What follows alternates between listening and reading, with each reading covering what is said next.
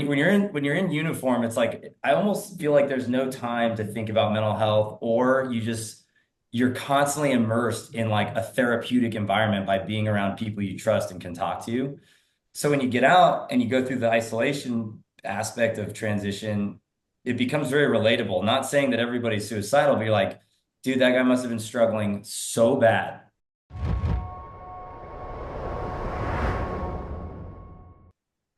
Pete Glaeser, welcome to the show. Yeah, thanks for having me, man. I'm excited to talk to you guys. Yeah, I'm super stoked to have Pete on here. We were ROTC buddies back in the day in Auburn, and it was interesting. My very first duty station up at J Bear, Alaska, Joint Base Elmendorf Richardson for the listeners, just outside of Anchorage. I think I ran into you like I remember we went to Moose's Tooth Pizza at one point, and then Yeah, dude. So I had that was my first assignment. I did like my whole year of training at Benning, infantry basic, Ranger school, a couple other courses. And I had my little dog and I drove from Georgia all the way up to Alaska yeah. in the middle of winter. And then when I first got there is when I linked up. You were the only person I knew there, and I'd like linked up with you until I could find somewhere to live. And so you'd shown me Moose's Tooth and a couple other spots. I think I crashed at your house for a couple nights until I could figure out where I was gonna Yeah. park myself. Yeah, that little duplex. And then I remember at some point you came up during that winter and later that summer.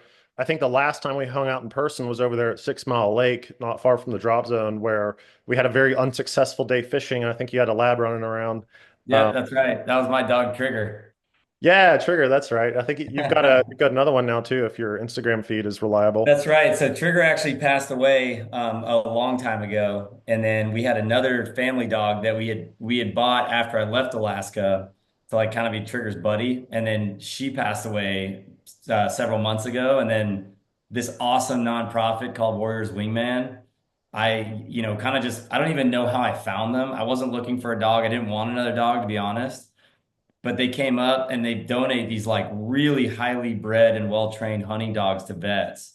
And so I applied and I ended up getting this dog Echo, and it's been kind of like most of my hobbies now revolve somehow around training my dog, taking him to, like the United Kennel Club competitions or going out hunting. Yeah, that's awesome. It's, sometimes with dogs, it's sort of like MREs, like you don't pick it, it picks you. Yeah. Man. Um, and so what's kind of interesting is that since then, I think that was probably what, circa 2014. Um, Yeah. the two of us have sort of had, I don't want to say parallel journeys, but it's curious how we both ended up doing sort of the same mission, but with slightly different team Dude, approach. I think the same thing. I've kind of like followed your journey via social media, LinkedIn, whatever, and I'm sure you've done the same. And yeah, we've kind of both gone the same route and like the veteran mental health space through some level of adventure. And I know you were still racing competitively for a long time. I'm sure you still do some of that. So I've been following your journey as well. Yeah, here and there. We're actually here in real time as we record this. We're working on building out the Mission 22 athletics team. There was a team I was on for a while that was a veteran nonprofit that eventually disbanded for reasons I never quite understood. But in any case, that was a little bit of a hole in my heart that I wanted to like bring more people in, and so we're doing Yeah. that in real time. And speaking of, part of that process is that I've been chatting with a bunch of I've got something like 50 individuals as like a pilot team. And I'm learning that do you know what the fastest growing sport is right now in the country, according to, Oh man, I'd want to say like pickleball, but I doubt that's it. I mean, you're probably not far off, but according to them, it's lacrosse. Nice. Not something I would have guessed, although it's sort of combat sport. I think it has its Sick. Dude, origins I'm a there. huge fan. I'm just now, like, I just ordered a new lacrosse stick. I want to start coaching here locally in Texas. Yeah, there you go. There's more data to support the Yeah. hypothesis. So speaking of sports that are growing, let's talk about ocean rowing. So I've, Yeah. I've got your website pulled up here. So Pete works for Corsa Racing. We're going to learn a lot about that today. And the site says empowering veterans by fostering resilience and camaraderie through the sport of ocean rowing. Yeah. So I guess the first thing I want to ask is like, catch me up a little bit about like what was that sort of shift for you between like, okay, it's time to be done doing full-time military, but now we sort of Sure. do full-time military, but outside the military.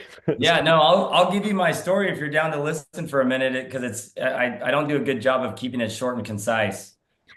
Dude, that my colleagues like Brandon's like nodding his head like, yeah, that sounds like Marcus. Like just dude, 140 characters, let's be done. And yeah. Yeah, there's a time and Yeah. place, man. And as I'm sure you're aware, working in the nonprofit space, like you're constantly, and maybe not for you guys, you're bigger than we are, but I wouldn't say a challenge, but something we've had to really work on is like that initial value prop or elevator pitch.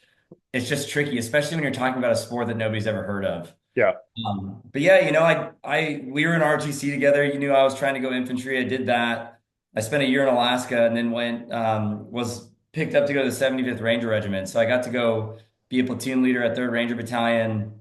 Honestly, it was like peak of my life, like being a young dude in a really, really aggressive, high speed organization. Got to go to Afghanistan a couple times with those guys. It was great. And then my ultimate goal was always to go special forces. So went to selection, got picked up, went to 10th Special Forces group. I ended up on a dive team, which if you remember, Marcus, I went to dive school in ROTC and I failed like the culminating pool event Hmm. known as the one man comp. I can't remember what comp stands for. It was like competency swim or something. But it's a tough event and it's like it's very much designed to make you hypoxic. Like most people are either pass out or come close to it. You have to Was not, that the one you I remember when I was first getting into triathlon, I think you and was it Frank who yeah, like were y'all were practicing going back and forth in the pool completely 50-meter underwater. underwaters. Yeah, that's one of That's the it. tougher entry events is you have to be able to start standing up in waist deep water, go underwater without kicking off the wall, swim 25 meters. You can kick off the wall and swim back. And it's a breath hold exercise. And you have to learn how to be calm and like move very slow. So it's like it's counterintuitive to what you'd think about swimming distance underwater. But yeah, I trained with Chris Frank, Mason Chenier, if you remember him, was Mm. a was a very competitive, I believe, collegiate level swimmer at Auburn. He gave me some pointers, but I worked really hard for it and I failed it. And so I'd always wanted to go back. And the only way to go back was to go special forces. So I ended up on a dive team, got to go to dive school with like 4 of my teammates. It was great.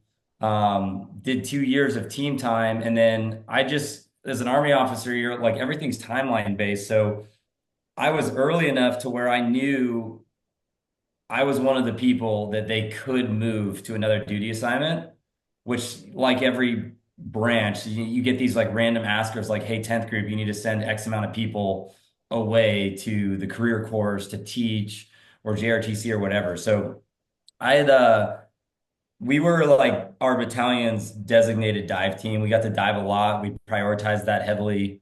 And so I had a good relationship with the dive school, and I had gotten selected to be the XO of the dive school in Key West. And so my family's stoked. We were just having kids. It was like, we're going to go live in Key West on base. It's Yeah, going to be, seriously, how many army, installations or whatever happen in a place like Key dude, West? Jeez. none. Like Best kept secret of the yeah. military. So it was kind of like a dream assignment. And then so many captains were getting out that they got rid of a bunch of those positions. Hmm. And since I'd already like said I was down to move, they sent me to Fort Polk, Louisiana, which Best for place the on earth, job, buddy. yeah, and there's a soft unit there. We have the OCs, we help design the exercise for special operations. And honestly, it was a sick job. Like I truly enjoyed the job itself, but it's very remote, tough on the family. So at my 10-year mark, I kind of saw the writing on the wall, like, I don't really have much onus over my career from this point forward.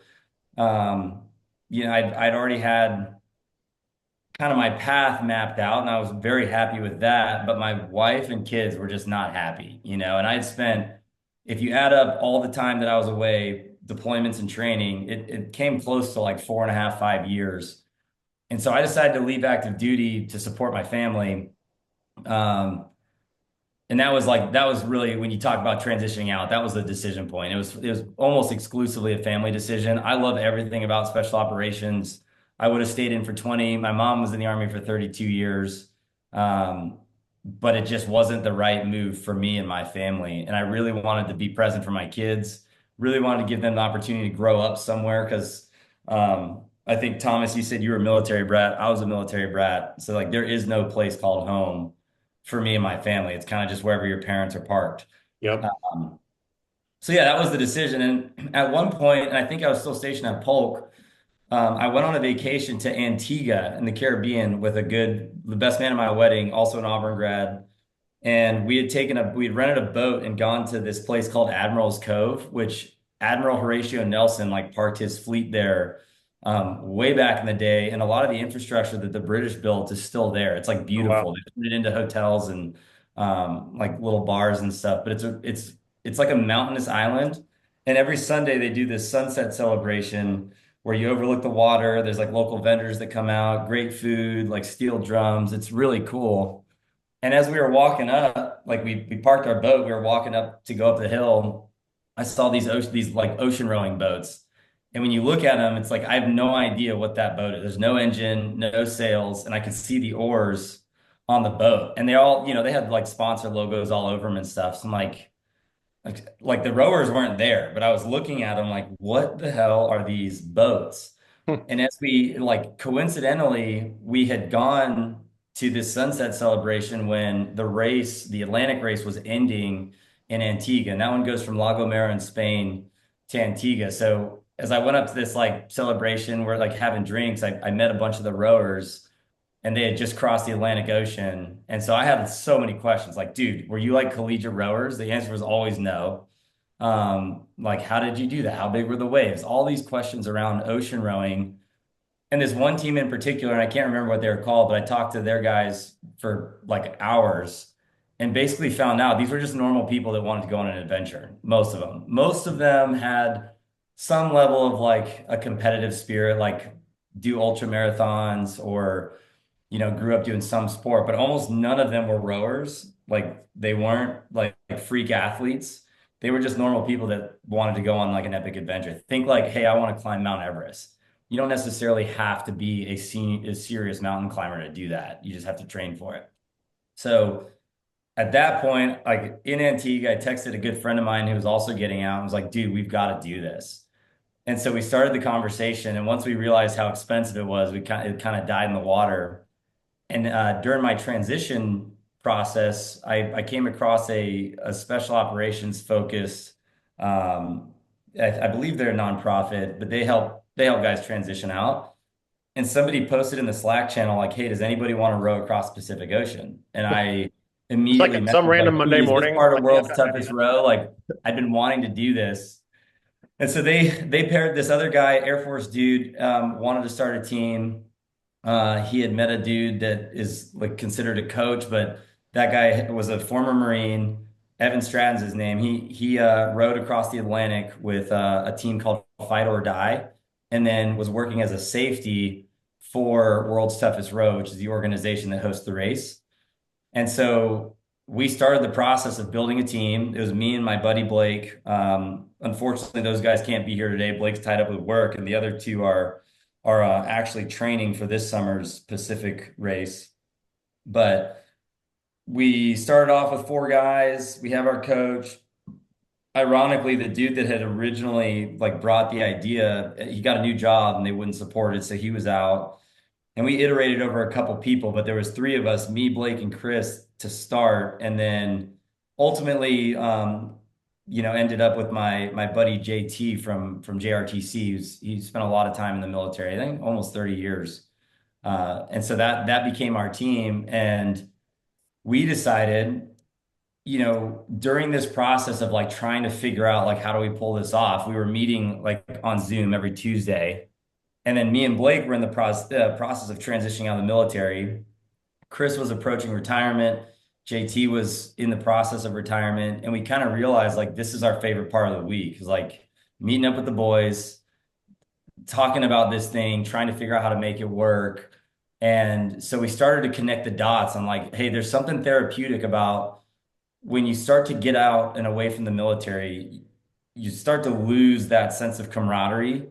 We all know, I'm sure it's the same as the Marines or with the Marines, but it's like they don't like hold your hand and say goodbye. Like it's just like, all right, dude, see you later. And then somebody replaces you and you're gone.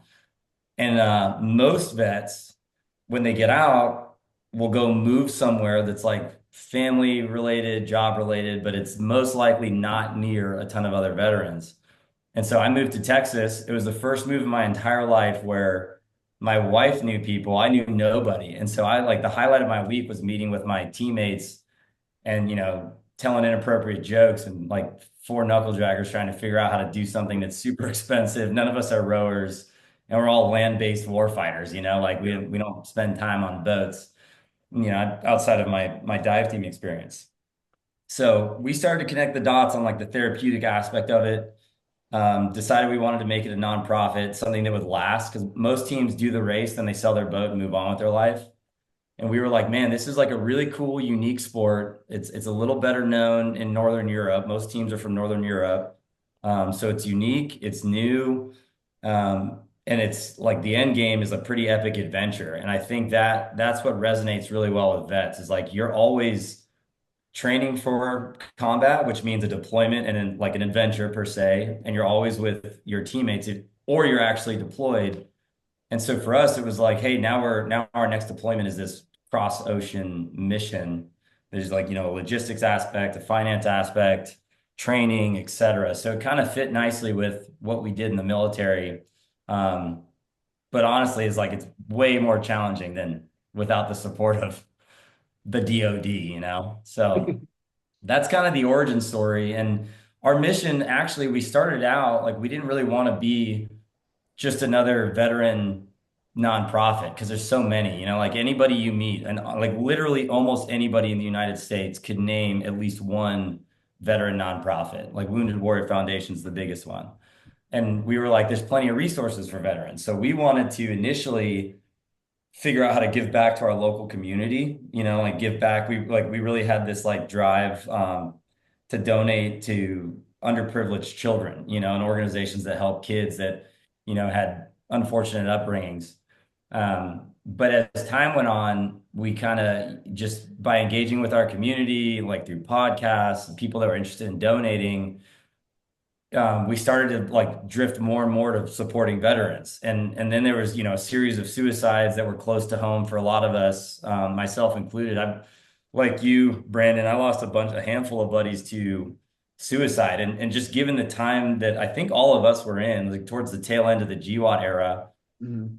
I have more friends that died from suicide than died in combat, and then when you transition yourself, when you're in uniform, it's like I almost feel like there's no time to think about mental health, or you're constantly immersed in like a therapeutic environment by being around people you trust and can talk to.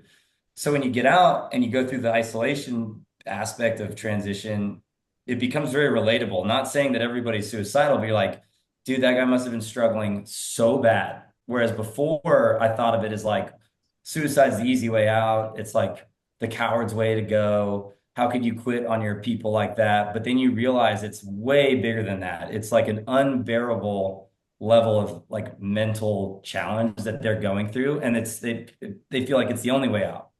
So I say all that because we've transitioned now to like supporting veterans and not necessarily in like we're just going to give money away to other nonprofits, but for us, it's hey, we're looking for veterans that are drawn to like what we do and provide the mental health and team aspect that way. And that's what we've kind of turned into. So now our boat, we're actually in the process of trying to get our boat wrapped with our own graphics on it. And on the side of it, it'll say end veteran suicide.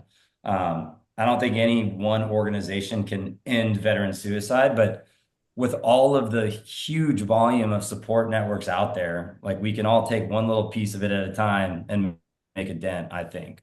And so now, yeah, we're like all in on helping veterans, through the transition process. That's where it started, but really just the mental health aspect of like, come join a team again, come train up for something hard, get yourself back into shape as part of it, and then also learn some cool business skills and fundraising and all of that along the way. And that's kind of where we are today, and it's been going well, but it's not easy to start any organization, and fundraising is the biggest challenge for nonprofits, and we're a teeny tiny nonprofit, so even more so. Yeah, man, thanks for sharing all that. That's quite a journey and so much there. It's kind of cool how when you see that you're one of the things that Magnus, when he first started the company, is exactly what you said about there's so many other veteran nonprofits that kind of like it's almost there are some individuals for one reason or another who kind of treat the nonprofits like it's the next gumball machine handout situation and like, well, Yeah. I'm hurt and I need the help and I go and then the helper feels good and then they, it's the proverbial give a man a fish versus teaching him to fish and it's just people are going around getting fishes everywhere, you know? Oh, 100%. And that's something that we like about our model is because at a very minimum, I mean, you need at least a year to train up for to cross an ocean. Yeah. And really like our end game is not just to do these cross ocean missions, because frankly, most jobs aren't cool with you leaving for 60 days to just do something epic. We want to get to where we do shorter excursions that we run ourselves. We don't need to rely on like an organized race that costs 30 grand to do. But what we like about it is it's not hey, I'm going to take you fishing for the weekend. You're going to catch some epic fish, walk away with some really cool photos, and move on with your life. It's like a long-term solution. I really love Warriors Wingman because they give you a dog. Like that dog's with you for like ideally at least a decade. And that's like a lasting solution. It's long-term and it's not just like here, grab a fish on to the next guy, you Yeah. know? Yeah, and that's kind of how we designed our programs as well. And I think the idea too of reinventing like your sort of warrior class, if you will. Like if you look in history, they were more or less unashamed about like you're in this class, you're in that class, and you might think Yeah. like, oh no, the American way is that we need to break down the ceilings and whatnot. And okay, fine, there's a conversation to be had there. But at the same time, there's also like, did you ever read? I think even in ROTC we read that short story on wolves, sheep, and sheepdogs, something Oh like that. yeah, yeah. Major Heyman was, or I guess Yeah. Lieutenant Colonel Heyman was big on that. Yeah. And so the idea is like, at least in that story, it was something like 98% of people are sheep, not sheep in the sense of like, you need to be red pilled. It doesn't mean that. You have 1% that are wolves. You can understand what that means. And then 1% that are the sheepdogs. So the lesson there is that there is kind of a built-in strata to society where some people will always be the kind of worker bee. And that's, Mm. some people will be the entrepreneurs, some people will be the nurses, some this and Yeah, that. yeah, Um, but then the warrior is also one of those categories where you have to figure out what does being a warrior now look like versus I have to completely shed the past version of me. But then there's also like you can't hold on too much to that because if you're constantly looking in the review, you're making your entire life about a very small portion of your life. yeah, And yeah, so for what I sure. love about this it's what we're trying to do at Mission 22, which aligns very much with what Corsa Racing is up to, is what does post-traumatic growth look like? How do you take a thing that happened in the past and then use that not like to forget about it and move on, but reinvent it in a whole new way? For momentum, yeah, dude, 100%. Like I could not agree more. Blake likes to talk about that a lot. Is how like it's hard for normal, I shouldn't say normal people. It's hard for most people to understand what it means to be like a warrior, right? And then okay, on top of that, you can only do that for a small portion of your life, regardless of how long you stay in, whether it's 4 years or 20 years, small portion of your life. And then you go move on to something else, and there's nothing really for warriors in corporate America, or Yeah. like a normal job. And I feel like literally everybody I talk to that's a veteran goes through some level of like identity crisis or imposter syndrome where it's like, man, it's really hard to connect with people when they're so different, like the things that make me laugh or that I'm interested in doing usually to other people are like either not funny or like, dude, that's just gnarly. And I could tell you three right now, like, yeah, dude, me and my buddies, we're gonna row across an ocean together in a boat.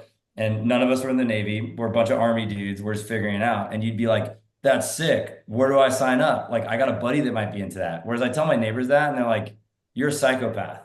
Like that, what is wrong with you? Like Yeah, you're well, away that's from your family for that long. It's like, dude, it's only 1 month. Like not even close to a normal deployment. yeah, they'll call you a psychopath and then go enjoy the Olympics. Yeah, You know what I mean? exactly. So, Yeah, yeah, it's funny. There's this dichotomy where like there's going to be a sense in which like what's the old saying? A prophet's rejected in his own town, and yeah, but at the same time, those are the people that you're kind of living for in a sense. Like yeah. your neighbor is what part of the like, you start with yourself and then your family and then kind of branches out from there. But yeah, even as you said, like just that idea of rowing across the ocean, I started thinking like, well, I have a C2 rower in my house. If I, Yeah, what's kind of so well, so I what can is the do training that. like Yeah. that? Yeah. What's the training look like for you guys? So that's a good question. We get it a lot. So like most people, and myself included, when you first learn about what we're doing or like ocean rowing, um, immediate thought is, okay, very serious rower. And if you talk to the people that have done the race itself, or the people that run the race, which all of them have generally either done the race or rowed across other oceans, they'll tell you it's like that your physical training is like the least of your priorities. Like the number one thing that like the number one indicator of success is your team, like team dynamics, like having good teamwork. And so when we started out, I mean, we were rowing a ton as a group, and we had this idea of like building a Strava team and like people could row with us. But we were spending all this time rowing. And when reality was what we needed was like community outreach, fundraising, like all of the business aspects of it. So now, I mean, we're still pretty far out from doing our race. We've had to push it to the right because we don't want to go into debt for this. But it's just staying physically fit. And as you approach your race, there is a lot of like I wouldn't say CrossFit style, but like incorporated Metcons into your workouts. Get on the rower as much as you can. The race requires, I can't remember the exact amount of hours, but I think it's like 120 hours of rowing on the ocean offshore as a team. So they have a lot of requirements that are, you know, physically like aligned with what you're about to do, but not nearly as much as you'd think. What's more important is like learning your equipment, learning the skill set. Like you have to take a radio operator course that's required. You have to take a sea survival course. You have to spend a certain amount of hours like rowing as a team. And you really just have to understand how that boat works, how the equipment works, like understand the impacts of wind from different angles on your boat. And really the only way to get that is taking an ocean rowing boat out onto open water and practicing. And so physically, we don't really have like a strict regimen. It's more so like, hey, we all have a responsibility to stay fit. And in special operations, it's very much like that. Right now, our team is all soft. We leaned heavily into special operations as our like people that we want to bring on. And um that was just because that was the community we knew. But there's a lot of like individual responsibility to stay physically fit, mentally prepared for it, knock out the tasks that are, required of you and really just work as like a strong, cohesive team because we also have day jobs and have to like balance, individual requirements. But from a physicality perspective, like I lift weights mostly. I've been running quite a bit. I haven't really used my rower in the past couple months because I've been focusing on that. It's what I like to do. But the act of actually rowing on the ocean is less physically demanding than mentally demanding. And I think that's another thing that's like was appealing to us is if we were to say, hey, we want to go do the Leadville 100, that's going to be our thing. Like there's no way you can do that without putting tons of miles on your feet to prepare. Hmm. Whereas for ocean rowing, if you did the bare minimum, but you were really mentally tough, you could still accomplish that. And you see a lot of the people that do it, and I'm not knocking their physical fitness, but you wouldn't look at them and be like, dude, that's a freak athlete, or even Yeah. an athlete. That's just a kind of crazy person that's down to do Yeah. something really hard. I was first introduced to this concept and y'all can look online at courseracing.org, I think is your website, Yep, that's of, us. of what these craft look like. And I saw one that was very similar during a film festival that came to town. And it was these two dudes who rode like a portion of the Indian Ocean. And same exact thing as you're Yep. saying. Yeah. It's a good metaphor for the rest of life where you can't just be, it's like, I deadlifted 500 pounds today. It's like, okay, did you give your son any attention that he's been needing? Yeah. That's great. Yeah. Or like, hey, we're attempting an FKT on this trail. Like, cool, my VO2 max is really high. Well, is that going to help you when you get bit by a snake? Like, and so, it's one of the words we like to use a lot in the program is learning how to integrate. And so the idea Mhm. of integration is, among other things, is like it's taking that ability to, one of our favorite terms we learned in our battle drills back in the day was violence of action. I don't remember, Yeah. Oh yeah. you know, Mhm. take.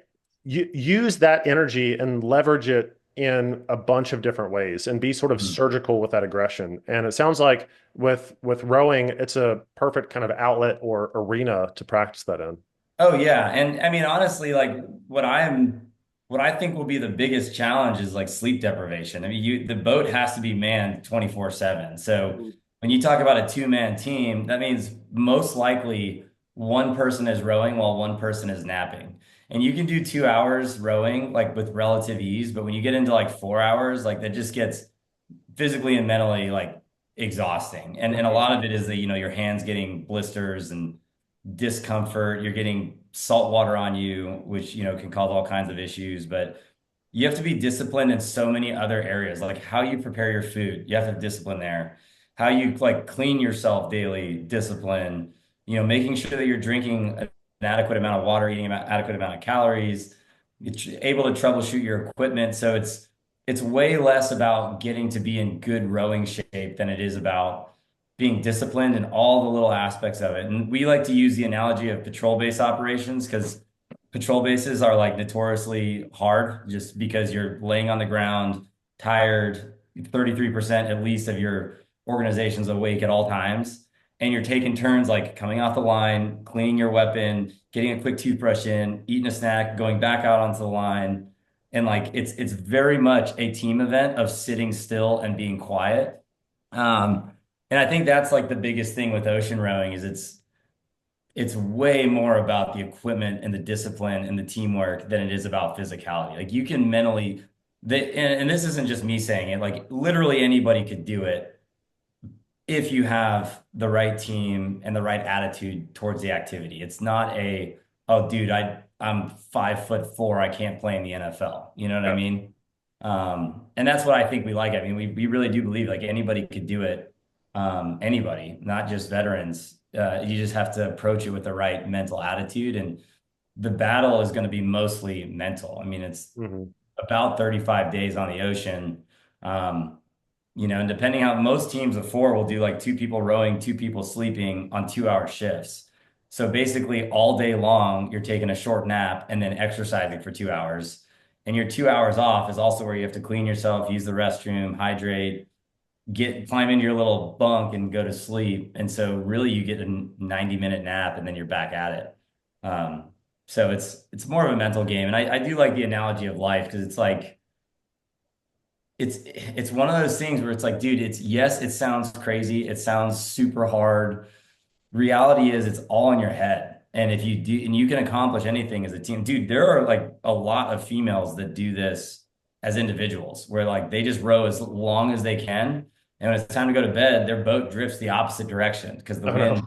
the wind works or it could drift off course and then they have to wake up and like course correct and continue to row. It takes a lot longer, but I mean, there's people that do like solo rows for 180 days. I mean, that to Wow. me is like madness, even for me, but it's all in your head for the most part. Yeah, what's Yogi Berra say? He's like 90% of it's in your head, the rest is mental. Yeah, yeah. Yeah, it's interesting that we find ways to do this through something that's very difficult. And for former operators, like you need something as difficult as 35 days on a boat. And you got to have that certain pull towards that thing. Otherwise, it's like, what's all this discipline crap for? Yeah. And the way you're describing taking care of yourself in the boat, there's sort of like a split. It's sort of like when you really think about what do you mean taking care of yourself? Who is taking care of who exactly? Yeah, yeah. Uh, you know, I I put my mental health counseling hat on here and start thinking about like there's the sort of prefrontal cortex you and then the lizard brain you, and how often are those two things in conflict, especially when it comes to being in isolation makes it way worse, having some sort of Mm. military trauma type thing or any other type of past event where that your nervous system seems to try to take over and like the amygdala brain is getting all of the blood flow and shutting off everything else. And but then of course like exactly the same thing happens in the arena of something that difficult, but then the difference is that you do it voluntarily. And so the Mm. idea here is if you voluntarily put yourself into a very difficult situation where you have the schism between the like survival mind and the higher mind, and then the higher mind is allowed to win through all of that discipline. Well, guess what? That's not just a thing that gets the boat across the ocean. It's a thing that gets you through life. Um, Yeah. that's kind of how post-traumatic growth gets started and kicked off. Yeah, and I think there's also like we looked at it as purpose was a big gap when you transition out of the military. It's like what's when you're in the military, every single job, like you inherently serve a higher purpose every day when you show up to work, whether you like it or not. And you realize when you get out that that purpose oftentimes feels absent. Um, but I could tell you, like when you see our team, if you were to like be a fly on the wall in our team meetings, we never are talking about traumatic experiences. It's not a therapy session. It's more so like we can set the example for people too. Like, when you talk about serving your community, it's like I get a lot of joy out of thinking like my kids are going to see that I did this, and it's going to be more of like a you set the example, you can do whatever you want. Like Rory McIlroy just won the Masters, and he had a really cool speech that he gave real quick to his daughter, where he was like, "You can do anything you set your mind to," and I agree with that. And when you're a veteran, like you go do the Army Corps or whatever, and you get out, it's kind of like, what's next? I missed my window to play sports. I for the past 10 years, I've been doing army stuff. I can't just go climb Mount Everest. Like, what do I do next? And what we want to do is make these types of resources accessible to people where it's like, you're going to set an example for those you know. You're going to get a therapeutic experience out of it. There's not going to be like cell phone time on the boat. Like you really can like talk about your feelings and the things that you've gone through, but there's a huge sense of camaraderie that comes out of working as a team and doing something. And we haven't I was just at Blake had a bachelor party recently and we were talking about Corsa racing with his friends that they were all like, his friends from growing up, not necessarily military. In fact, I think I was the only military guy there besides him. And we were laughing about how like every step of the way on this nonprofit has like kind of been a failure. Like everything we thought would go smoothly and easily was not smooth and easy. It's all been difficult, but we've continued to move forward. We've made a lot of progress, a ton of wins. We've had to shift the date that our team does our first organic row, but this summer, JT and Chris are rowing across the ocean. They're doing it with another team that needed a rower, bunch of Ranger guys. But we look at. I'll talk to Blake about this, and I always throw Chris under the bus when I talk on like podcasts because it's like I have really enjoyed seeing him as a Special Forces NCO. It was kind of like I have no idea what I'm gonna do when I retire. Like his wife has a job, so he's kind of like I should find something I enjoy. And watching him go from like NCO and like carry those NCO skills over to like he's like a pretty serious business guy now and has done a lot of things that are a lot more relevant on a resume than what I had when I was transitioning into the business world. And it's been really cool to see and like the excitement they have, like the small wins when we have them. And I just wish, I'm not like a scientist or a doctor, but like you can see it. It's like a very noticeable shift in attitude, and it makes it easier to kind of shed that past experience. Like, yeah, you're an army guy, you're Green Beret, but like you're not just going to go on with your life and sit on the couch and like self-deprecate. It's now you're a competitive ocean rower. You're about to do something epic. Like more people have gone to outer space than have rowed across an ocean. And it's like awesome to see the mental shift in people as you like work with them and watch the growth. I guess I've never heard the term post traumatic growth. I like that. But like physically seeing it, you're like, I know this works. And rowing isn't for everybody, like we're not here to say like all veterans should try this, but the few that want to, like guaranteed are going to get something out of it that will stick with you for life. And that's what we wanted. We wanted this to be like a long-term thing. You know what I mean? Like I love to hunt and fish. It's like my favorite thing to do. You can see the deer on my walls and like it'd be really cool to go on like an epic veteran free hunt where I shoot a big deer and it gets to hang on my wall. It's like, yeah, I get a deer on my wall. That's cool. But like starting a nonprofit, that's completely unique. And then rowing across an ocean is something that you'll talk about forever. And the other thing that, my teammate Blake likes to say is we want to show people that your peak in life or the hardest things that you've ever done or whatever, however you want to look at it, is not what you do in your 20s. You know what I mean? Like there's other opportunities as you progress through life that are available. um, just as long as you set your mind to it. And a lot of times the barriers to entry are what prevent people from doing it. More people would climb Mount Everest if it wasn't so expensive and didn't require so much time away from work and family to train. And with ocean rowing, the time away from home requirement is actually quite small, except for when you're on the water and doing the race. Hmm. But Hmm. but again, that's why we want to get to like shorter excursions. Cause I mean, it'd also be cool to say I rode from, Florida to the Bahamas and back, and or like down the Mississippi River. The company that made the boats, they did a trip, I think this last year where they rode down the entire Mississippi River as like a way to raise awareness for the sport. Hmm. Because not, I mean, literally nobody knows about it in the US. Yeah, man. I love this whole idea of having something that's so big in your life it kind of scares you. Like you need, at least for, among those who would appreciate this conversation, there's this strange need for something. The way I've heard it put, I think this is from Jordan Peterson. He talks about how humans are load-bearing creatures. Like you Mhm. are designed to have something heavy on your back. Some of Yeah. us more than others, and who knows why that is exactly. But regardless, there's still like I wonder if one of the big issues with veteran nonprofits is they're not asking nearly enough of the person they're helping. Does that make sense? Yeah. So, Or um, it's like a club, like, and I think clubs are great, but I had a very close friend who was working in a special operations nonprofit after he retired and committed suicide while working at that nonprofit, and I've participated in nonprofits where they kind of ask you to do more than they provide. And I early on in this process, I would say there's all kinds of veteran nonprofits that are more like a club. But if that club doesn't co-locate and spend a lot of time together, you're really not getting what I think veterans need. I agree with you. I think veterans in particular, and I'm sure law enforcement, people that pursue high risk careers feel the same way, but having that adventure or hard thing to train for is something that we either like openly desire or don't realize that it's like been a big part of our life, and that's why you joined, like nobody joins the military without like any fear at all or like any nervousness. You're like, I'm gonna go do this epic freaking thing for whatever reason you choose. And so that was a big thing for us. And really just like giving people that like, yeah, dude, you need adventure in your life, but you really also need the community. Like you have to be in a position where you have people around you, ideally of the same gender. And I'm not trying to pull gender cards here, but generally speaking, like at least in our era, the military was like very heavy on like males.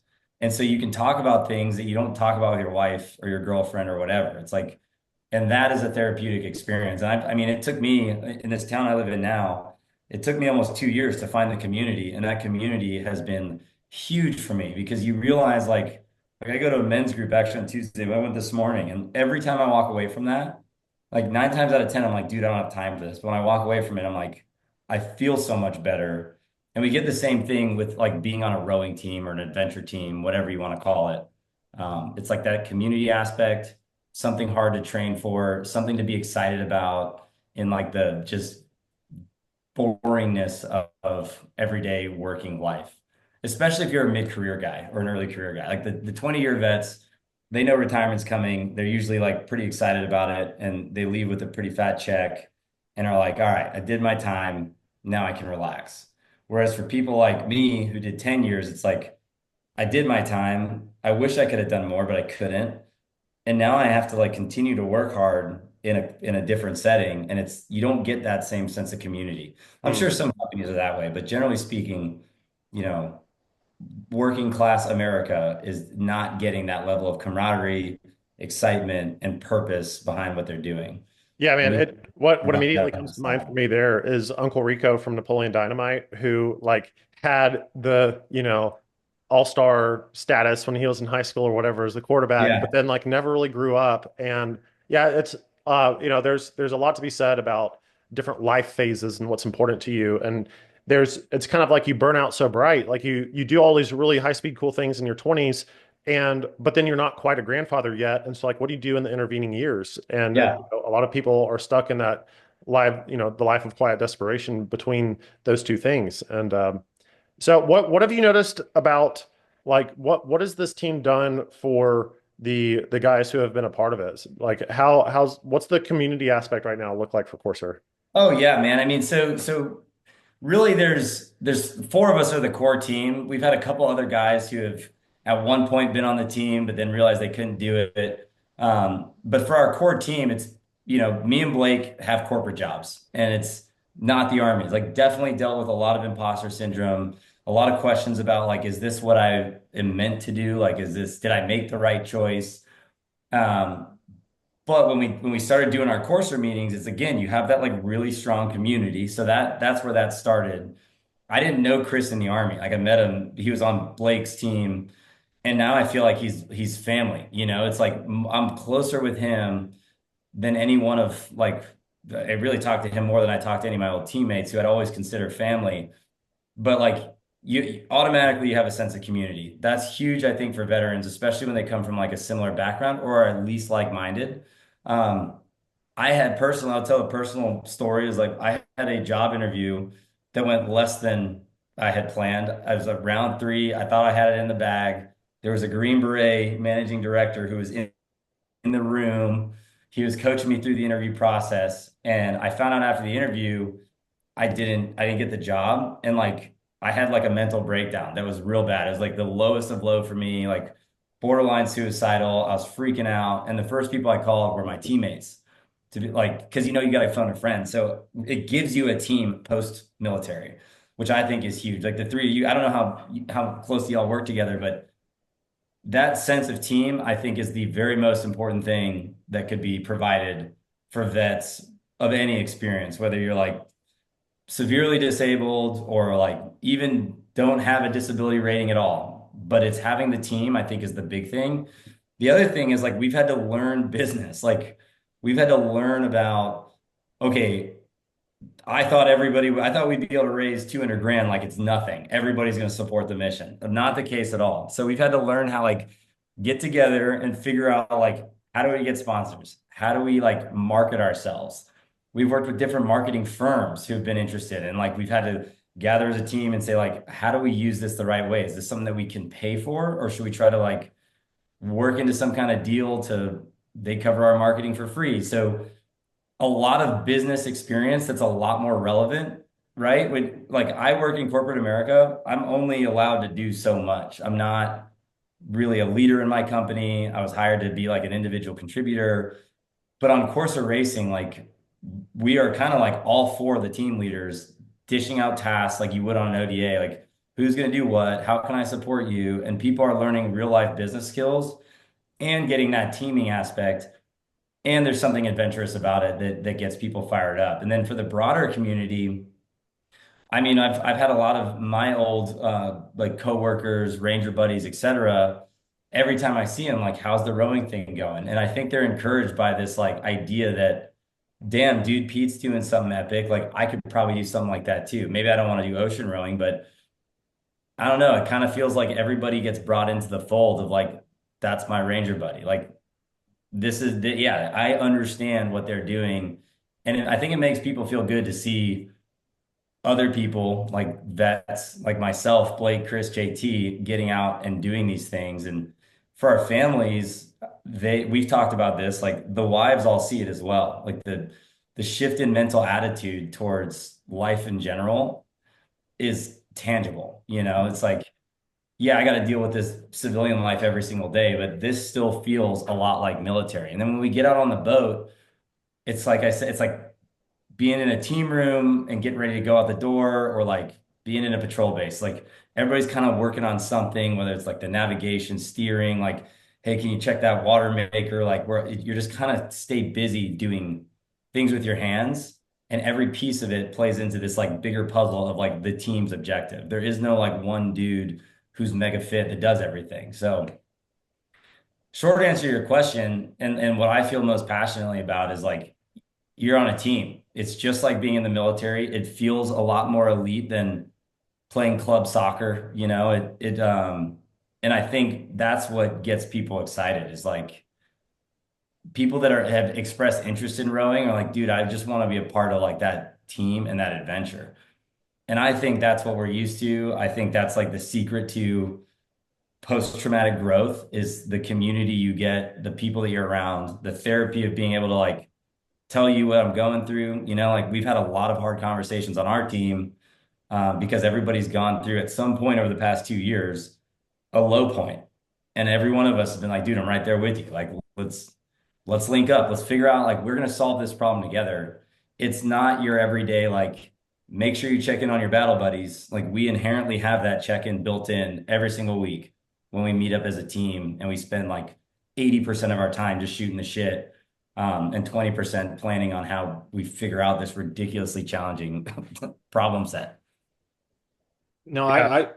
a lot of the things that it kind of loops back and around a few things. And I personally experienced this in my time transitioning out because I kid you not, one of the first things that happened when I'm like exiting Camp Pendleton on the way out the gate for the last time is like I just broke down. Yeah. Like I felt like I was never going to see these people I committed like my being to, like an entity I committed my being to in the Marine Corps. And then just coming back from Syria, the identity shift is not, there's It's no not prepare. easy to do. It's not No. easy. Yeah, you cannot prepare for that. It's the And hardest thing I've ever done in my life, bar none, no questions asked. And it took me like a year and a half, even while I was doing coursing, it took me like a year and a half to start to understand that like you kind of have to shed that piece of your identity, Mhm. And it's so like your whole career, people tell you like the army isn't your identity, or there's like little sayings like, In the Marine Corps, you're always a Marine.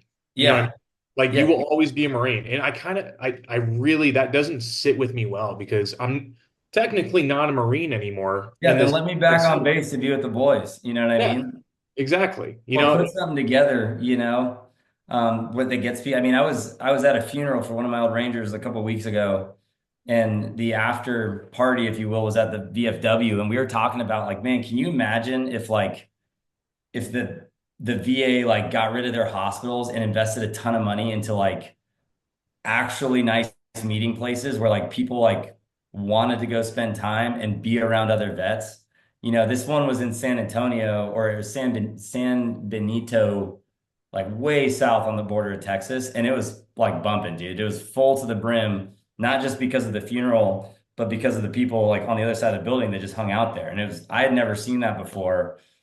And yeah, there's something about like navigating the identity shift is the hardest thing ever. And actually, there's a former Delta Force guy that worked at my company, and with a woman that works in kind of the health space here. They did a study with JSOC to try to figure out like why is there such a high suicide problem, especially in the transition process. And they were basically able to like line up all the symptoms for these people with the different phases of grief. And I forget how many steps there are, Marcus, you might know, but there's like 5 phases of grief, right? And so then it's like, well, what are they grieving? If you're voluntarily leaving or if you're retiring, that should be something to celebrate. And they basically came down to like these people, all of us are grieving the loss of our identity. And so if you think about that, you're like, dude, okay, so that your identity, like I wish we wouldn't say like the military is not your identity. It like very much is your identity. And then look at the problem as we are asking veterans to join the military, forfeit a lot of different things while in the military, regardless of how many years you're gone, and then go through this like brutal transition of being a military person to not, then like you're the guy with tattoos that people are afraid to ask questions of on your neighborhood. It's like a very weird, like imposter syndrome type of situation to be in. And time again, we talk to people about this. And even just that conversation, Thomas, I could have assumed you'd gone through that because it's like everybody we talk to, we're all like, yeah, dude, that's the exact story I have. Like, same thing. The identity piece is so hard to navigate when you get out. Yeah, it's interesting that you say that because my transition, I went straight to my winter term back in Central Oregon. So I left Southern California, drove straight up, and then went to COCC here in Central Oregon. And it was exactly how you just explained it.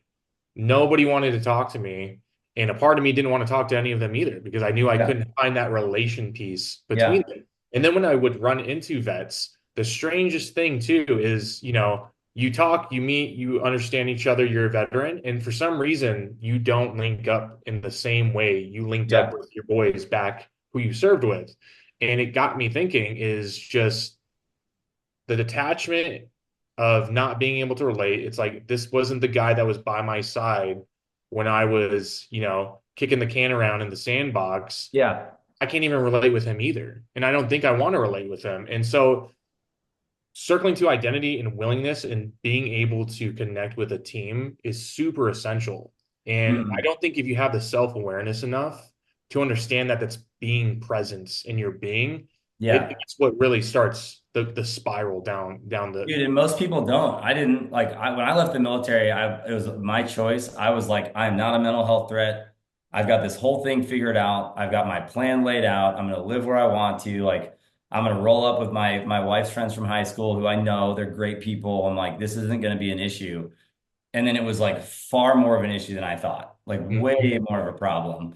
And I thought the same thing, like, man, why don't veterans link up? Why don't we have this community? And I like at that funeral, one of his buddies gave a really awesome speech and he said something that stuck with me pretty hard. And it was the general message was like, we do a horrible job of spending time with each other. He's like, book a flight and spend time with your buddies. That's the most important thing you could do, because you could lose them tomorrow. And like most times when you experience a suicide, most times people are like, damn, dude, I did not see that coming. I just talked to that guy, and it's like, the problem is we're all isolating ourselves. Like we don't talk well. We don't like we kind of are used to doing hard things. Like, if you were a machine gunner, like you would never dare about bitching about how heavy the machine gun is when everybody's carrying a rifle. It's like that's your own battle to fight internally. Um, and something that I feel strongly about, and the reason I like what we're doing, and honestly, like what you guys are doing is you bring people in and that's kind of like forced on them. You know what I mean? I'm not saying like you will be a part of this team, but it's, hey, dude, come do something epic. And inherently doing that, they're going to feel like they're part of a team. That's going to become part of it. And eventually they have these aha moments where it's like, damn, I didn't realize how badly I needed this. And I see that like the men's group now, like there's a couple of vets there, but you see these young people all the time, like, I didn't realize how much I needed this community. So it's not even just us. It's like people in general need the sense of community. They need a place, especially men, for whatever reason, we're terrible about talking about anything negative going on in our life. And when you provide that venue, and so there's not much thought that goes into it, it's more of like a, hey, this sounds kind of cool. That's when people realize it. And another great nonprofit called Four Country Golf, that was what part of their message was they would take veterans and like go partner with like really fancy golf clubs. And then it'd be like two of the members with two of the vets would play golf together. And Bobby Tuttle was the guy. He's still in. He's down at SOCOM now, but he would always in his like opening brief would always say like when you spend 4 hours sitting on a golf cart with people, you're kind of forced to talk and you're forced to share stories and like a lot of stuff comes up that you don't realize. A lot of opportunities come out of those conversations, like your aspirations in work after the military, and it's just really healthy to provide that venue. And that's what's been huge for me personally. I know my team would all agree. Um, I love seeing Chris and JT have been like for the past several weeks, like gearing up for this race and just seeing how like busy they are with like this training event, this course, like planning the logistics and the route for this next row. You can just see like the positivity and like this is what I'm used to. This is what I like. And that's what really fires me up about course racing is, it's everything that you did in the military, except you're not carrying a rifle, you're not going into combat, you are planning something else that's also epic. It's also hard. And you can do that type of thing after the military for those that need it. And for those that don't want the big adventure or anything like that, it's like just the community itself is like really what I think everybody that's gone through suicide, like nobody, none of them want to kill themselves. They don't like get out of the army and say, I'm gonna go smoke myself in a couple months. They're just missing a piece of their life that isn't being provided to them by society. And if you can truly provide that, um, that to me is how you have the impact. That's where the impact will come from. And I think there's a lot of organizations doing great stuff in that space. But I mean, the reason I got excited about Mission 22 just now is like I can click on a link and scroll through like 24 different nonprofits. and maybe one of those resonates with me more than another one, but there's not even like a meeting place for that. Like we have TAPS in the Army, which is like your transition So is requirement. the Marine Corps. Yep. Yeah, it's like it's dumb, it's like it's basically like a quick process to get people out and not like be completely like screwed, Whereas what we should be focusing on is like you have got to find your community and you need to do it as soon as possible. And if you don't have one, like you need to have we need to be checking in on each other, all of us, all the time. That to me is what would make the impact. And then Yeah, somehow absolutely. setting up an environment where people like feel comfortable saying like, dude, I'm struggling. Mhm. You know? Yeah, That's what's Taps was missing. like one of those things where, for me, my experience, Mhm. it was just like, hey, go to this meet a place on how to transition. It was just like these are the jobs that are associated with your MLS, and mine was one of the most depressing things I could Yeah, ever dude. look at. It was like security guard and then a police officer, and I'm like, that's Mhm. all I can do. And Yeah. kind of like that's where the identity crisis kind of starts because it's like, oh, this is your pivot and this is your course of action that is going to be present for you. Follow the yellow brick road. Like this is what you're gonna be. Like that's how TAPS kind of inserts it into your head. Whereas different MOSs, other than infantry, they have like a string of things that have like, Yeah. oh, you work with the government, but you gotta work over as a mall cop, and it's really depressing depending on what your MOS is Oh and yeah, man. where the identity crisis just starts. And as soon as I left, I'm like, I'm not doing it. I'm utilizing the GI Bill, Mhm. self-isolated myself, got into bodybuilding because that's the route I wanted to take. That was extremely self-centered, detrimental, and did not play a very good part in my mental health. And on the way, finding Mission 22, working with Mission 22 for 6 months, my buddy committed suicide, who I served with in combat. That was my gunner in my vehicle at the time. And that one stung so bad. Yeah. It brought me and my brothers together again. And Yeah. it's sad to say that such a detrimental, irreversible action of someone that you cared about, loved, and had such intimate brotherly moments with will never come back. But to bridge the gap, because now my buddy who was my section leader, it brought me and him together. He lives here in Central Oregon. He made a move to connect with me, and Mhm. we're the closest we've ever been in since the Marine Corps. And that was almost a decade ago. That's scary to say. Um, but it's interesting that we have to really go through such emotional, terrible times in order to seek those avenues which will mend what we're going through. In community, like if we never reconnected, I, I'd probably be in some similar boat too, because Yeah. so Mhm. self-isolating and not willing to connect with people. But that really helped me break out the shell. And then being with Mission 22 in the environment that we do, recently, last year, we actually climbed South Sisters. And it's just one of Mhm. those things, like I don't even think about it. And that's what you Yeah. need as someone that's served. It's just like do something adventurous, do something team oriented, get Mhm. out there, meet people, don't isolate, just live life, be there for your family, be a Yeah. serving community member within your local area. And it's a very simple laid out plan, but if you don't have the self-awareness to do it, Mhm. it's just Well, not. and the other thing is like society doesn't really give us much of an opportunity for it either. It's like a lot of the reason behind that stuff is like I just don't have time with my job and family. It's like there's no time. And Mhm. again, it's like why I wish there was more of like a forcing function behind like I don't know how I don't know the answer to it, but like maybe if there was like hey, if you get out of the army, you're gonna get like a required 60 days of no work or whatever, where it's like, and then here's a menu of nonprofits and things that you can go participate in Right.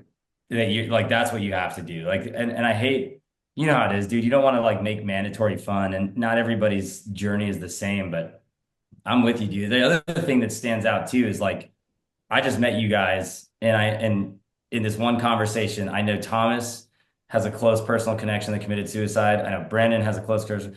Every single vet I talk to knows somebody personally that committed suicide or multiple people. And so that epidemic has become completely illuminated to me, where it's like, dude, I don't talk to vets that don't know anybody that committed suicide.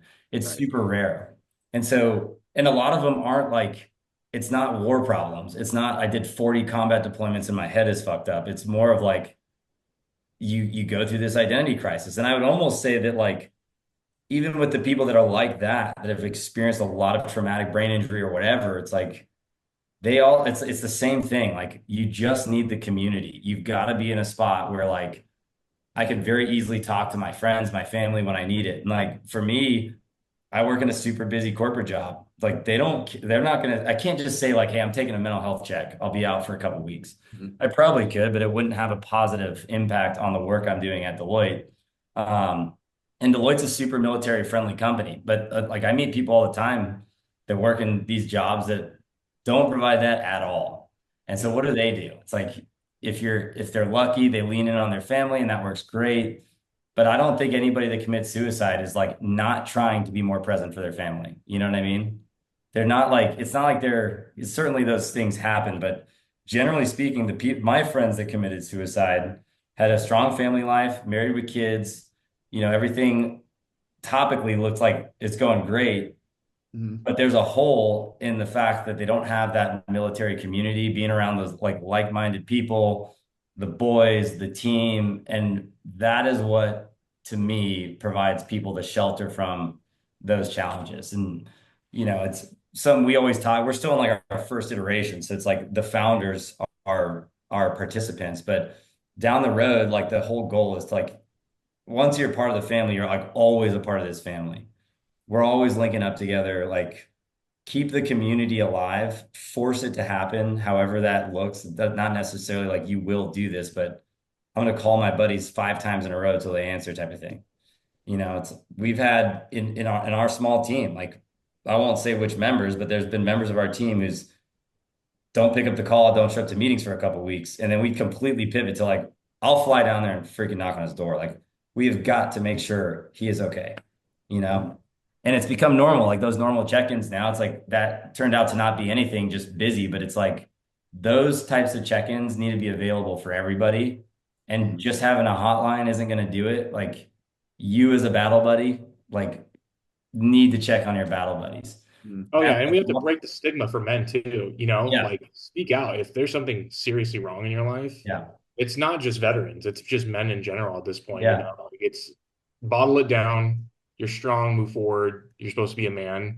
Dude, I Um, just heard the other day that there was like a serious suicide problem in the Border Patrol, and it's oh like yeah, I bet. it's That makes not just it's sense. not just us. Like I think the veterans like spearhead the conversation because it's so prevalent. Who was the Brandon? You were like in the combat sports world, but there was one combat fighter. I think it was the Irish dude who Oh, talked Patty Pimlet Patty talked Yeah, Pimblett. about he was like, we Yeah, have speaking got he's out. from to the talk UK. to Yeah. buddies. Yeah, UK. We've got to Yeah. talk to our buddies. And that's something like personally I've taken on, like in my local community, is like Mhm. try not to be shy about what I've gone through, like those things that you're kind of ashamed of. Because I mean, dude, not long ago, I got invited to like a cigar and whiskey night, like a small group of people at the church I go to. And I knew one dude there. I showed up and I was just kind of listening. And then somehow my story came up and I told it. And the dude sitting next to me was also a vet. He'd known all these people for a long time. And right there was like, I've never told you guys this, but I put a pistol in my mouth. I was going to kill myself. So it's like, I had this aha moment of like, damn, dude, if I tell my story and I just simply like have the humility to talk about it, it opens it up for other people. Mhm. And there was another guy that I worked with at Fort Polk who's an E7 or E8 who had actually attempted suicide and the gun didn't go off. And he told that story. And so he was the guy that would give our like annual suicide brief to our unit. Mhm. But when he would tell that story, you know how like people don't ever want to raise their hands in front of public and answer questions. But as soon as we'd like break and we were done with that brief, you'd see like 7 people go and like try to pull him aside to talk to him because like everybody wants to share that. Yeah. We just don't know how. Like it's not something that it was built in societally for men. And I Yeah, should just say that this, man. conversation, like you said, you just Yeah, have to break the ice. You yeah, have to reach out and literally say what's happening in your life. yeah, Like to quote Patty Pimblett, I believe he said that, he just experienced a suicide, a call before his fight, and yeah, he would rather have a brother cry on his shoulder than show up to his funeral, Right. yeah. see him be 6 feet deep and never see him again. I Yeah, would rather every single veteran that has a suicidal tendency or any mental health come to me, talk to me, cry on my shoulder, get it out, relate with them, than see them pass away due to their, mental health issues that they're struggling with. I Right. yeah, dude. think any one of And us would. going back to your question, Marcus, about like the community and like what it's done for us, we're now all having that conversation publicly, like all four of us in our own communities. Like we live in four different towns. Me and JT are both in Texas, but he lives a couple hours away, and we're all having that conversation now. And it all kind of started with like us starting an ocean rowing team just to do something epic. Didn't even really know each other. JT knew me, Chris knew Blake, I knew Blake. These guys had gotten to know each other and started to share like those hard conversations with each other. And it's become normal to say, like, hey guys, I'm going through it right now. You know what I mean? Like, I can't, I'm sorry I dropped the ball on this one. I'm just struggling. And it's like, dude, I got you. Just pass me your tasks. I got it. Tell me what you need from me. If you don't answer my freaking phone call, I'm flying to your house. You know what I mean? Like, and so it's normalized those like challenging conversations. And it'd be great if we could just change that stigma, like like Patty said, make it normal. It doesn't have to be on a stage or in front of a million people. Just like it's got to become normal to have those conversations with your battle buddies. And, I've made it a point now that like everybody I served with, if I've got their number in my phone, every once in a while I'll check in. And I can tell they're doing the same thing. I've got buddies like 2 days ago, one of my old 18 Charlies texted me. It's like, hey man, just want you, I'm thinking about you. And I'm like, I know what you're doing, dude. And it's like pretty cool to see him doing it. But I think that's the most important thing you can do for vets. And then for us in our mission, it's kind of like add that layer of adventure and excitement to it. And I think you can like heal, you know what I mean? And learn about yourself, learn that like, oh, I can do so much more than I did in the military. I can, maybe I cross an ocean once and go on with my life, or maybe I like latch on to this new sport, try to grow it in the US, whatever. But I love to see, like I used to say, like at the very beginning, like I mentioned, we didn't want to just be another veteran nonprofit. There's tons of them. But frankly, right now, it's kind of like the more the merrier because every single one of them is touching different people. And oftentimes it's like you're one phone call away from saving somebody or one Yeah, conversation away from saving somebody. I agree because, like you said, not all one shoe fits all. So it's Yeah. like every veteran's different. Everybody has their own Yeah. interests. Mm. They're going to connect differently with people. So it's like the more the merrier. I'm glad that there's as many nonprofits as we have because Hmm. Mission 22 isn't going to be the perfect fit. And if you check out our programs, it all starts with the participant being willing to Yeah. engage in the entirety of the program and what that all entails. And Marcus can obviously hit on all that, just or Brandon, just because they're more in the weeds of it. But no, I 100% agree. Mm. Yeah. And that's one of the first things I do when a participant comes to us is, I'll take on the interview process and just to see if the program is a right fit for them. And I mean, no harm, no foul if it's not. I would prefer to have that conversation with them and just to gauge like what are they looking for, how they want their journey to go. Because if we're not the right source for them or the right nonprofit, I would much rather steer them in a good direction and be like, well, sorry, we can't help you. Yeah, exactly. And I also think like, everybody that's having mental health issues always, at least in the back of their mind, is like, I probably need to talk to a therapist. And I think that's good also. And I know there's like therapy out there that's at no cost, but you get a lot of therapy out of just like being around teammates, like-minded individuals, like just being able to have hard conversations. Like I honestly for a long time was like, dude, I need to get a therapist. Like I'm after that interview, that was my moment of like, oh shit, I think I might have a problem. Because I genuinely thought I had no issues. But it was like Corsa Racing and my team, like I'm still doing Green Beret shit with like these guys. And I'm doing it on top of my day job. I'm having this conversation right now. I'm gonna get back at work after this, but like this type of stuff energizes me because it's like y'all are like my people. Like, and I'm sure you'd say the same to me. And that's what's missing for a lot of folks. Mhm. And especially like, frankly, like our generation of military, like tail end of the GWAT, a lot of people struggle with this thing where it's like I signed up because of 9/11, but like Mhm. I was a little too young to be going to war all the time, like the Right. people that we looked up to. And so I know a lot of guys struggle with that as well. And so there's even more of like an identity piece there. Where it's like didn't get to what you wanted out of the military, but you're still military and now you're out, and it's kind of like what's next. Right. It's way harder than I would have ever thought. Um, so yeah, that's kind of like super long way of saying like this is where we landed.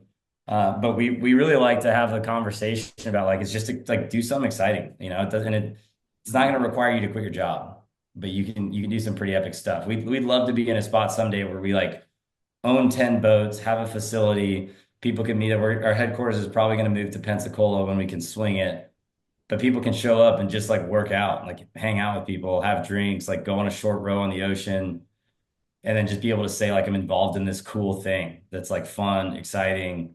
Uh, Mm. your kids will look up to it, your family looks up to it, because there's also sounds selfish to say, but I think like we all signed up to serve, and part of it is like you're we're all leaders. Like you all want to lead in some fashion or the other, and doesn't matter what degree you get or what job you get, you may not be leading teams if you're, it's this is the place where you can do that and just fall back on what you learned. Like use your military experience as like foundation, like that. With that, you can now do X, Y, and Z. And it's not necessarily the case in corporate America. It's more like, hey, cool, you were in the army. I'm sure you're a great leader then. So we'll hire you. Or like we have a quota and a tax break we get if we hire veterans. Yeah. Yeah, like one of the really cool things about having organizations that really call a lot to their potential members or participants, like two things that came up for me when you were talking about relocating in Pensacola and having like it, I think we're a lot closer to thriving communities and health than we realize. Yeah. Like it really doesn't take that much to like I've got a buddy at my CrossFit gym who's been he was a Green Beret for a while, and like the crew around him has been supporting him for a while. It's, I'll spare the details, but suffice to say that like how complex was that? Like, did we need to get into Jungian psychology to fix this guy? No. Like Yeah. it was a church-based men's group plus CrossFit plus conversation. Like that's dude, that can cover a multitude of sins. And I also, the other thing that it made me think of too was when you have a crew of guys, I guess literally a crew, but also like just a team of any sort that's sort of modeling military style groups is one of the selling points could be, oh, this is a group that's really similar to the military, and maybe the veteran goes in like, oh yes, I'm going to sort of recapitulate that life. It's going to be like platoon life again. But then that maybe is like the gateway, like this is what you come for. But then you stay for realizing, oh, this is just the correct way of being a human. And then the Yeah. identity piece expands well beyond I'm, I'm on the inside, I'm always a Marine and I'm just trying to figure out ways of being the Marine. It's like a whole other way of being that was just kind of informed by the thing before. And Yeah, so exactly. when you transform your context to include anything, right? Then you can kind of become the idealized version of yourself that can thrive wherever you go.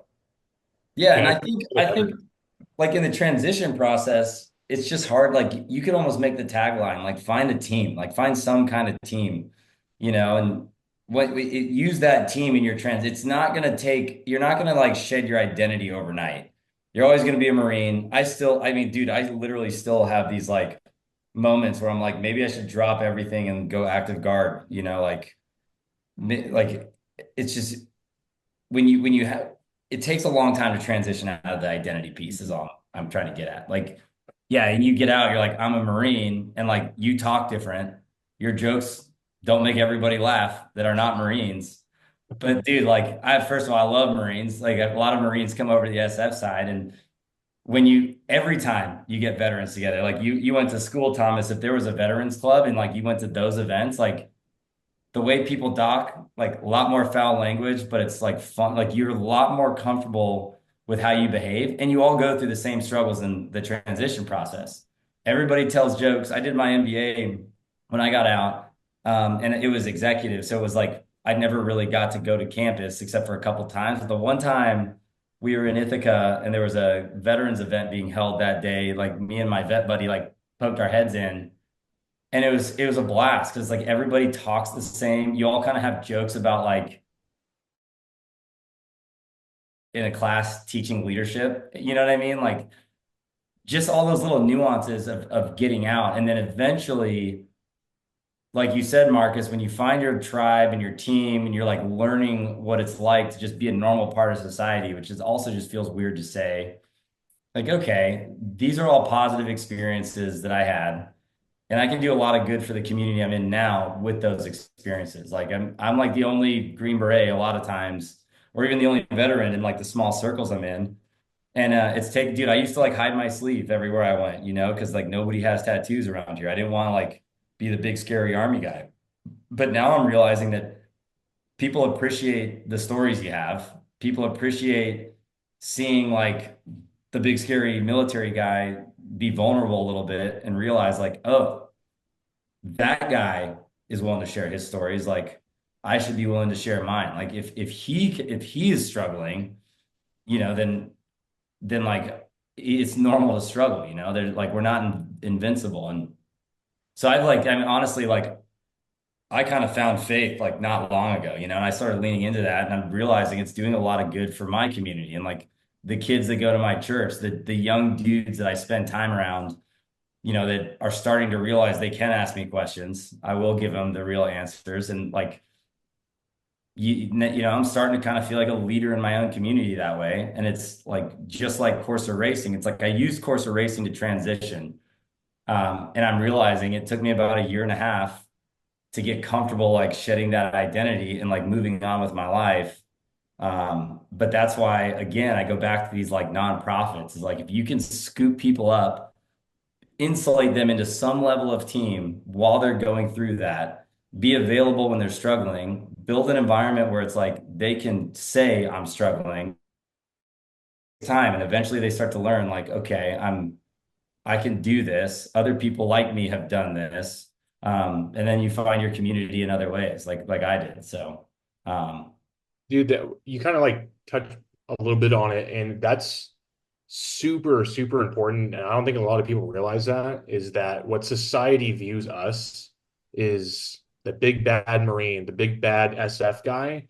yeah, I don't, and that's almost a stigma to society too, is you know, this person has gone to I think the first thing that most civilians think is like that guy went to combat. This guy yeah, experienced all this, and with the epidemic of veteran suicide, like maybe he's suicidal or maybe he's just not all there mentally. And I feel like we need to break that stigma by taking these steps and yeah, incorporating ourselves with the rest of society in order to, show that like no, we can still be a part of it in a different fashion by shedding that identity and recreating a new one and persevering, like Marcus was touching on. Mhm. I think that's an extremely integral part of the transition as well. yeah, dude. I've also started to realize like way more people struggle today than just vets. And I think, like I said, I almost feel like proud in the sense that like the vet community is leaning into this like mental health stuff and like combating suicide. But if the vet community could also go out into their community, their individual communities and share that, it like opens up doors for other people. And then so now you can look at your life as like, hey, I'm like I said, leader in my community. People realize like, oh shit, everybody has issues. Like everybody's struggling. All you got to do is literally talk about it, and 9 times out of 10, that helps people get through what they're getting through. I just think for vets, like we tend to have an issue because a lot of the head injuries and it's like an extreme shift from like a job that doesn't require a lot of education to like modern society where it's like, where do I even work? Like Mm. I to this day, I could not tell you like what my dream job is post-military. You know, it's like it's so hard to do that. And I think that's why like we in particular struggle a lot because like combine years of like high stress, high pace, you know, gnarly life experience, like immediately into a completely opposite environment. And then without your battle buddies to help you out. And that again, it goes back to like the community and the team, I think is everything. Like if I didn't have my vet buddies, whom like, dude, the dudes I called on the night where I was like this close were not in the military with me. They were dudes that I met after the military. They were vets. Like one in particular, he had gone through the same shit and he had told me about it. And so I knew if I called him, he would understand, you know? So it was like, it was him. And then it was my teammate, Chris and Blake, just like, I don't know what's going on. You know what I mean? Like something is not right in my head. I was freaking out. And every one of them was like, like I'll never forget like my buddy that I first called when I was literally this close to driving a car into a pole was the first thing he said was welcome to the club, dude. Like super calm. You're one of us now, bro. Like you've arrived. It's like it happens to all of us. And I kind of realized like, damn, it's not just me. It's like this isn't just a Pete problem. It's like everyone goes through it in some fashion. Not everybody's suicidal, but everybody struggles with the transition process. And if you don't have anybody to call that you feel comfortable telling that, that's where I feel like people lose themselves. Now, then the first time I had heard that was that dude I told you about that worked at Polk. Like he didn't have somebody he felt like he could call. He just felt like he was by himself in this like mental struggle. When the reality is like every single one of us gets it. There's no veteran that's gonna pick up the phone and say, "Quit being a pussy, dude." Like, stop. You know, every one of them's gonna be like, "Tell me where you are. Pull over the car. Like, let me come get you, dude." Like that, and we just don't build that out with enough people to make it available to everybody. And so it's kind of like makes me think like I was an officer. So to me, it's like it's my responsibility to do that then. Like if somebody's gonna call me, an old teammate, and this I heard at that funeral the other day, he said the same thing. If you see your buddy call, you pick up the freaking phone or call him right back at least. Because you don't know if they're calling you like as a cry for help, even if it's not like your best friend or like your buddy you went to war with, you know? It could be like a private that you worked with at one point. I'll never like I dude recently had a call. It came through Facebook and I was like, the guy that reached out is from my very first unit, dude, like 12 years ago. And I'm like, God, I don't want to talk to this guy. But I did anyway. And we talked for like 4 hours. And it wasn't anything about like I'm struggling, but I could tell by his tone and by the way he was talking that he was struggling. And so I just talked to him for like 4 hours, like took half my day of work off, like put me in a bind. But like I know that that might just be what that guy needed. Like he was an infantry dude. He like that was working in like a random mail clerk job now that probably just needed somebody to talk to. And we've got to figure out how to like facilitate that. Um, which kind of goes like that goes like well beyond course of racing, but we like to think we have a little tiny piece of it. Like we build this team out, the people that participate, like that's your first circle if you need it. You can call anybody here. And down the road, if we onboard anybody into the program, it's like to me, it's gonna be a policy. Like if somebody calls you, like you answer the phone, or like you know what I mean. If I can't get a hold of you, and it becomes like, hey, for some reason this dude's not answering, and it's been more than a day, like we're gonna like everybody's gonna start trying to figure out like, is this dude all right? And mostly they'll pick up like, dude, my bad, I was fucking camping. Like, well, I didn't know that, bro. Like, just want to make sure you're good. And we've kind of made that normal in our little team of 4 or 5 people. I think we're facilitating that change through our actions. You know what I Yeah. mean? That you, somehow, some way, someone that you were disconnected from that you served with early on in your career reached out, reach out and touch someone, reach out and talk to Yeah. someone. He did it. He did what he needed to do in that time. And Yeah, you man. knew he needed it, man. And that's the work right there. Like the change is the shift is happening. It might Yeah. not be on the level that we can see it at, looking down a microscope, if you will, on the entirety of, veteran mental health and mental health in general. But that right there is a testament in itself, like we're 100%. making the shift.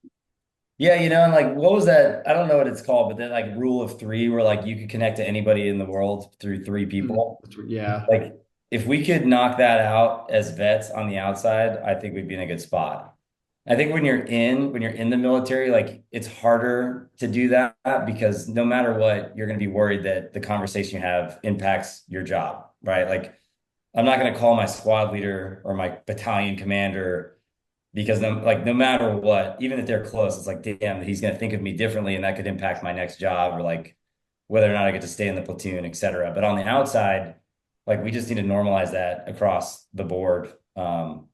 I don't know how to do it. Everybody's trying to, but I think if everybody just takes a small piece of it with the people that we know, it's a monumental impact.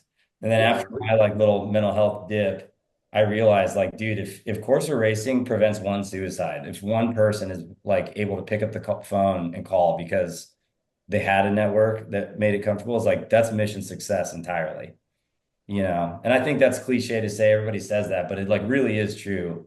And it goes back to my whole point on like every single vet I talk to you two guys I just met like an hour ago, knows somebody personally that committed suicide, you know? That's crazy to think about. Like if I talk to my civilian friends, like, dude, I don't know anybody that's committed suicide. And for us, it's like normal. It's like for me, it's at the point now when I got a text when I told you my buddy passed away. My first thought was like, all right, who was it? Who killed himself? You know, like it was like one of those texts like, hey, I don't know if you got the news, give me a call.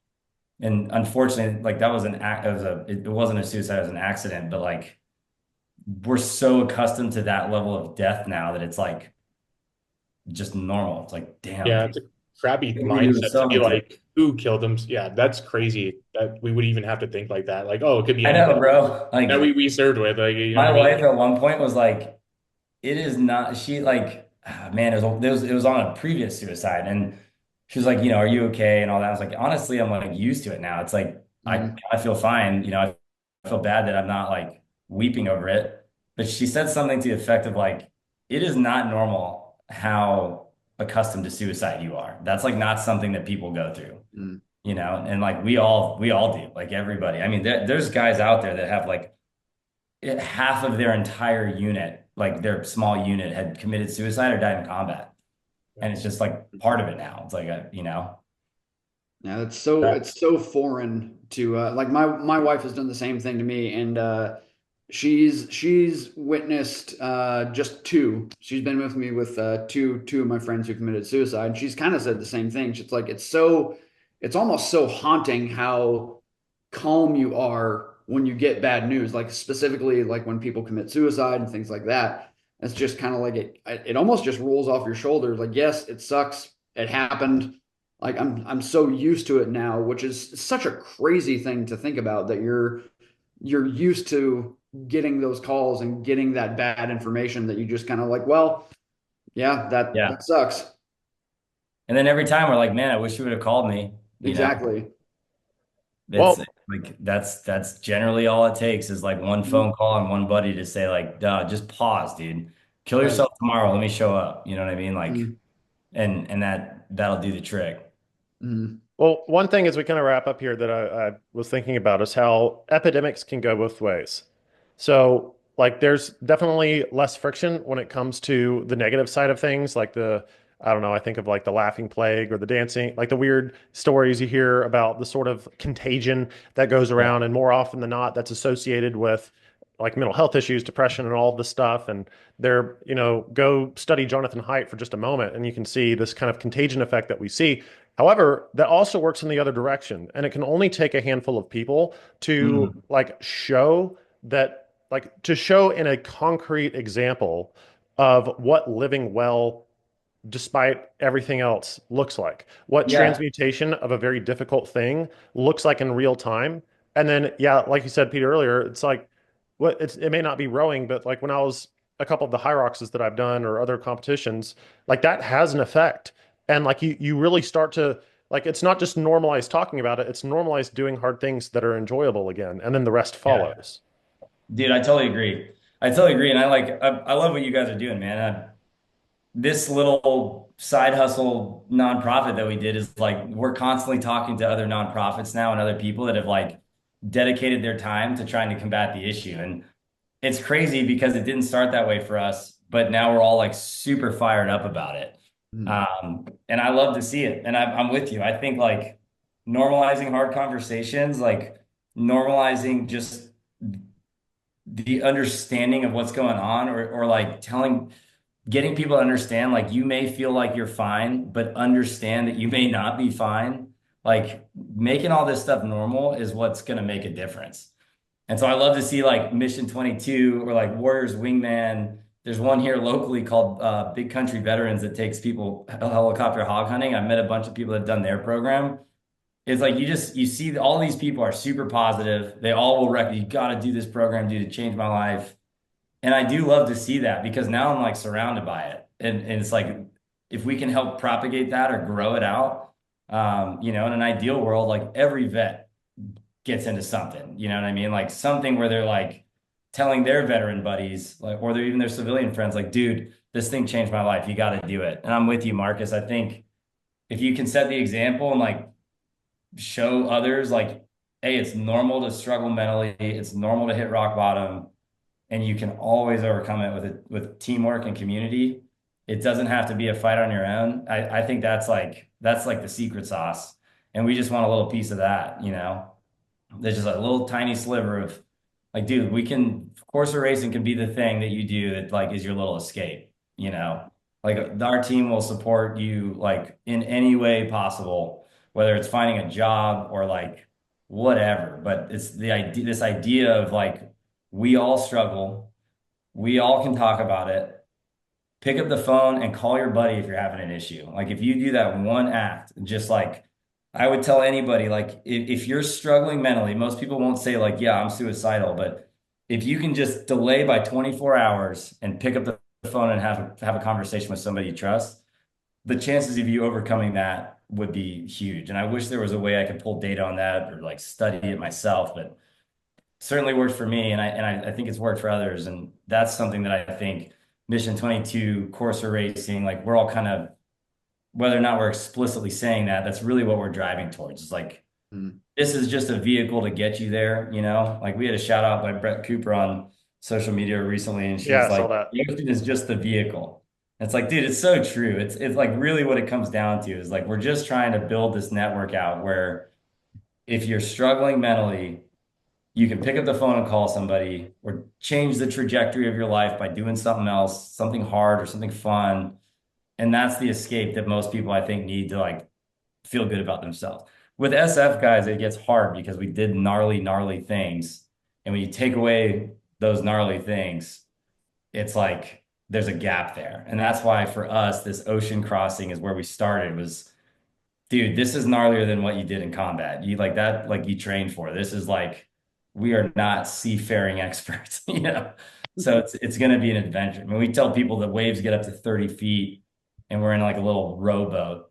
Every time they're like, holy shit, dude, you're crazy. And I think that's what makes soft people and probably a lot of vets in general, but that's kind of like what makes us tick. Is like, yeah, I want to do that. Like, give me 30-foot waves. You know what I mean? Let's see it. Yeah, And man. not everybody's that way. So We're super looking forward to seeing what happens with the team. Where can listeners go to keep up with everything that you're doing and that Corsa Racer is doing, and how can they support? yeah, dude, I appreciate you asking that. So you mentioned our website, it's courseracing.com. That'll give you most everything you need. We're pretty active on social media, specifically Instagram, and our handle is at courser.racing.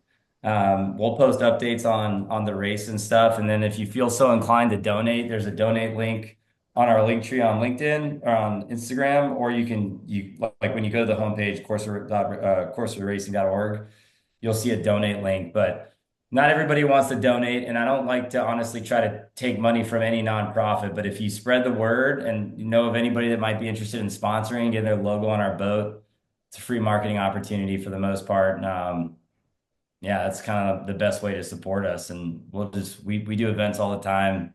We share those on social media, on our website, and come out and check us out. It's amazing, man. Love To hearing hear your more story. about Mission 22, Marcus, I'll have to hit you up. I'm very interested in what you guys are doing as well. And like as I was scrolling through your site, I was like, damn, dude, I might be I might need to sign up for some of your programs, you know? Hey, well, let's have a keep this conversation up, man. For Definitely. sure. No, I love what you guys are doing with this podcast too. And I'd be happy to introduce you to some more great people that I've met along the way that are kind of doing similar things but different. Um, so yeah. Love it.